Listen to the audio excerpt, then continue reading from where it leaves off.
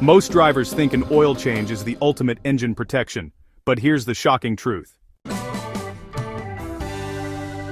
If you don't do this after every oil change, your fresh oil may never reach the places that need protection the most, and your engine life could be cut in half. Mechanics see this every day. A Toyota Hilux with 180,000 kilometers, turbo whine suddenly starts. A Honda CR-V, timing chains stretch at only 110,000 kilometers. A Corolla Taxi, sludge buildup even with regular oil changes. Why? Because after every oil change, there's one critical step most drivers and even some mechanics forget. Alright, step 3. Reset the oil monitor properly. Skipping the reset can actually trick your car into thinking the oil is older or newer than it really is. Modern cars track things like oil quality, temperature cycles, engine load, and even fuel contamination. If you don't do the reset, you might get early warnings that can cause a bit of panic, or late warnings that could lead to engine damage.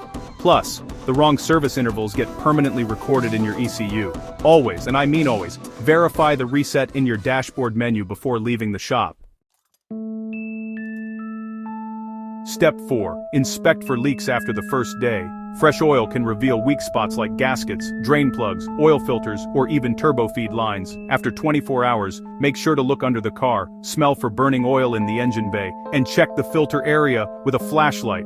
If you ignore leaks, even tiny ones, they can turn into low-oil catastrophic failure, spin bearings, or destroy turbos. So yeah, don't skip this step. Step 5. Don't floor it for the first 100 kilometers. Even new oil needs a bit of time to stabilize inside your engine. Air bubbles need to escape, film strength needs to build, and additives have to distribute. Mechanics call this the oil conditioning period.